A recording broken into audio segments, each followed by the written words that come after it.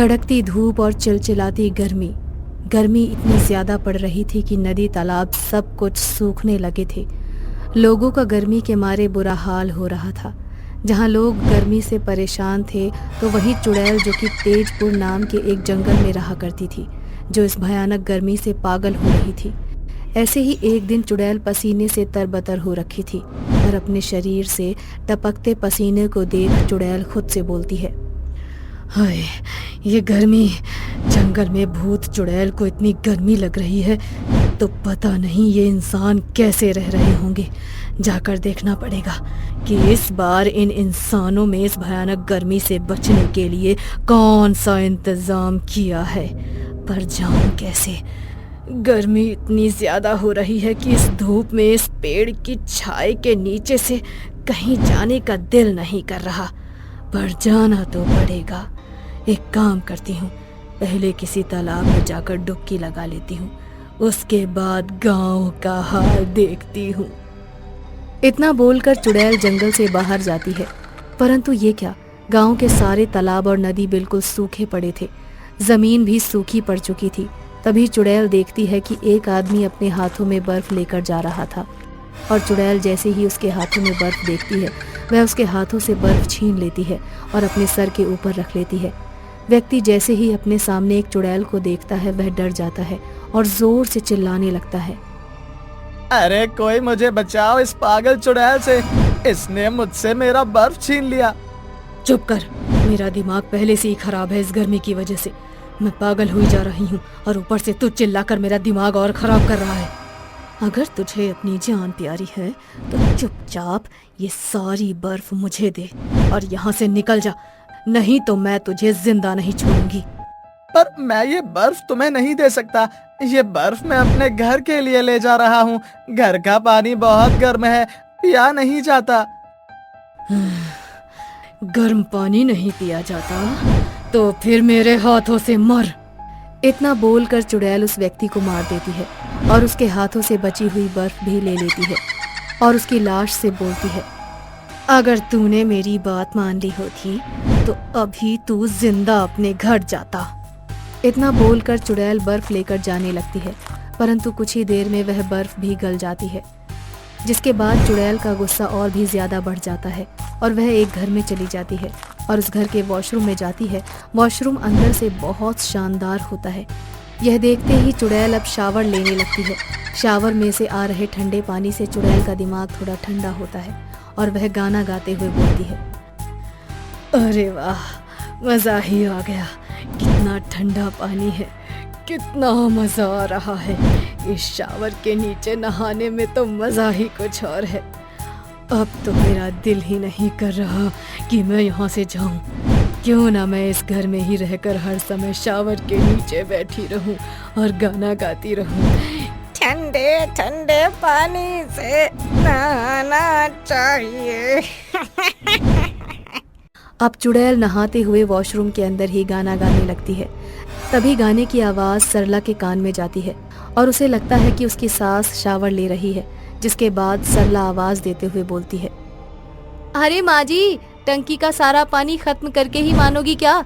माना कि गर्मी बहुत है, पर इसका मतलब ये तो नहीं कि तुम शावर के नीचे ही बैठी रहो। अब जल्दी से बाहर आओ और कूलर के पास बैठ जाओ, गर्मी कम लगेगी। सरला की बात सुनकर चुड़ैल खुद से बोलती है, ये कूलर कौन सा यंत्र है? आखिर इन इंसानों ने गर्मी से बचने के लिए कौन कौन से यंत्र का उपाय किया है जो मेरे समय पर नहीं था। बाहर जाकर देखती हूँ क्या होता है कूलर, और उसकी हवा में ऐसी कौन सी ठंडक है जो मुझे गर्मी से बचा सकेगी। इतना बोलकर चुड़ैल शावर लेकर बाहर आती है। जैसे ही चुड़ैल वॉशरूम से बाहर निकलती है, सरला की सास उस चुड़ैल को देख लेती है। सरला की सास जैसे ही चिल्लाने वाली होती है कि तभी चुड़ैल उसकी गर्दन मरोड़ देती है और मौके पर ही सरला की सास की मृत्यु हो जाती है, जिसके बाद वह चुड़ैल सरला की सास का रूप लेकर कूलर के पास जाकर बैठ जाती है। और जब सरला अपनी सास के लिए आम का जूस लेकर आती है तो उसे पीते हुए चुड़ैल बोलती है, ये कौन सी चीज बनाई है जिसे पीकर मेरे गले को ठंडक पहुंच रही है, और इस कूलर की तो बहुत अच्छी हवा आ रही है, मुझे गर्मी महसूस नहीं हो रही। अरे माँ जी, ये आपको क्या हो गया? आप ऐसी बहकी बहकी बातें क्यों कर रही हैं? मैं तो रोज आपके लिए आम का जूस बनाती हूँ गर्मी में, और आप हमेशा दोपहर के टाइम कूलर के पास बैठकर आम का जूस पीती हो। भूल गई क्या सब कुछ? हाँ हाँ, मुझे सब याद है। अब जा यहाँ से, मुझे इस कूलर की ठंडी हवा का मजा लेने दे। ठीक है माँ जी, पर आप जल्दी से ये जूस पीकर कमला आंटी के घर चली जाइए। याद है ना, आज उनके घर पर किटी पार्टी है, और उसके घर जाना तो आपको बहुत पसंद है। आखिर उनके घर में एसी जो लगा है। एसी? अब ये कौन सा यंत्र है? माँ जी, आपको क्या हो गया है? खैर, आप कमला आंटी के घर जाइए, आपको अपने आप पता चल जाएगा कि एसी कौन सा यंत्र है। अब जाइए, 2 घर छोड़कर ही कमला आंटी का घर है, ज्यादा दूर नहीं है, इसीलिए थोड़ी सी धूप बर्दाश्त कर लीजिए। इतना बोलकर सरला उस चुड़ैल को, जो कि सरला की सास के रूप में उस घर में बैठी हुई थी, उसे कमला के घर पर छोड़ आती है। परंतु जब कमला के घर पर चुड़ैल जाती है तो एसी की ठंडी हवा में बैठकर चुड़ैल को बहुत सुकून मिलता है, जिसके बाद वह कमला के घर से निकलने का नाम ही नहीं लेती। और कमला गुस्से में आकर मोहल्ले के सभी लोगों को और सरला को अपने घर में बुला लेती है और उन सब से बोलती है, ये देखो सरला, तुम्हारी सास के कारनामे। अरे हमेशा तुम्हारी सास मुझे ताना देती थी कि मैं कभी किटी पार्टी नहीं करती, और जब मैंने इस बार किटी पार्टी की और इन्हें अपने घर में बुलाया तो ये मेरे घर में चिपक ही गई हैं, जाने का नाम ही नहीं ले रही हैं। जब भी इनसे बोलती हूँ कि तुम अपने घर में जाओ, ये मुझे धमकी देती हैं कि अब बोलेगी तो मैं तुझे मार दूंगी। ऐसा भी होता है क्या? अब जल्दी से अपनी सास को अपने घर ले जाओ, मैं तुम्हारी सास को और नहीं झेल सकती। माँ जी, आज आपको क्या हो गया है? आप ये कैसी हरकतें कर रही हैं? चलिए घर चलिए। गांव वालों के ताने और सरला की जिद देखकर चुड़ैल को गुस्सा आ जाता है और वह अपने असली रूप में आकर सभी से बोलती है,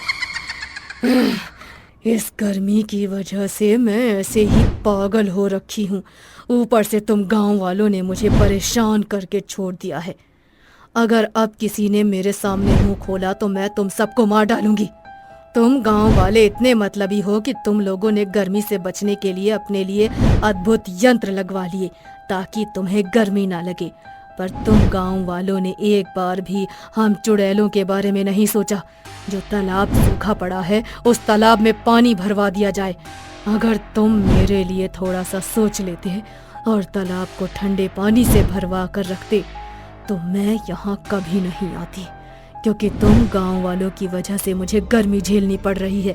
इसीलिए मैं इतने अच्छे घर और इतनी ठंडी हवा को छोड़कर नहीं जाने वाली। चुड़ैल जी, अगर हम आपके लिए रहने के लिए घर और उसमें एक एसी के साथ ही आपके घर के बाहर एक तालाब बनवा दें तो क्या आप हमारे गांव को छोड़कर चली जाओगी?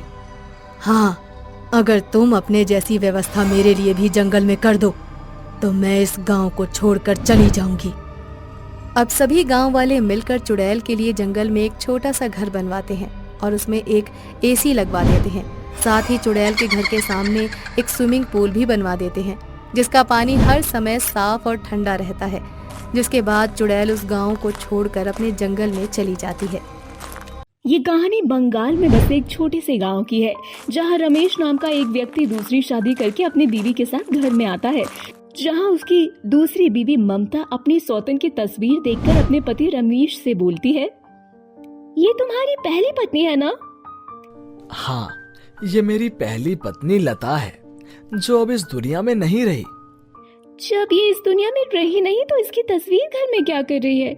इस तस्वीर को अभी यहाँ से हटा दो और साथ ही अपनी पहली बीवी यानी कि मेरी सौतन की सारी चीजें भी हटा दो जो इस घर से जुड़ी है। हाँ हाँ बिल्कुल, बस मैं अभी हटा देता हूँ। इतना बोलकर रमेश अपनी पहली बीवी की तस्वीर दीवार से हटाने लगता है। तभी वहाँ उसकी पहली बीवी लता की आत्मा आ जाती है, जो कि एक चुड़ैल बन चुकी थी। ये सब देखकर लता को बहुत बुरा लगता है और वो खुद से बोलती है, कैसा आदमी है ये, मेरे जाते ही इसने दूसरी शादी कर ली। इस औरत को घर में आए अभी एक दिन भी नहीं हुआ कि इसके कहने पर इन्होंने इस घर से मेरी तस्वीर और यादों को हटाना भी शुरू कर दिया। आखिर हटाएगा भी क्यों नहीं? मैं काली और बदसूरत जो थी, इससे मुझसे प्यार ही कहाँ था।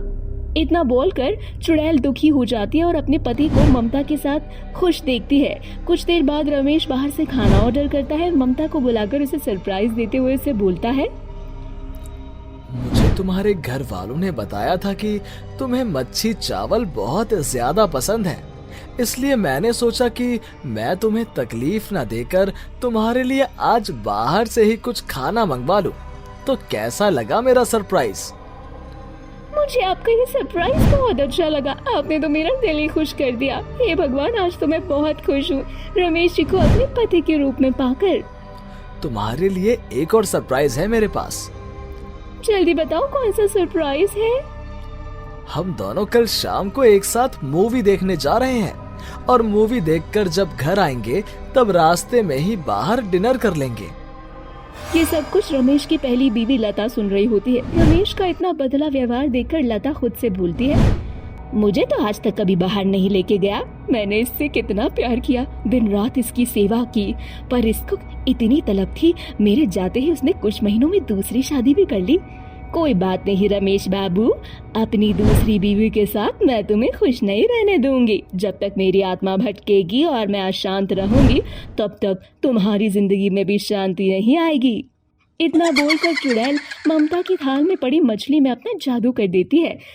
अब जैसे ही ममता उस मछली को खाती है, उसके मुंह चिपक जाता है, वो कुछ बोल नहीं पाती। कुछ देर बाद काफी कोशिश करने के बाद ममता का मुंह खुलता है।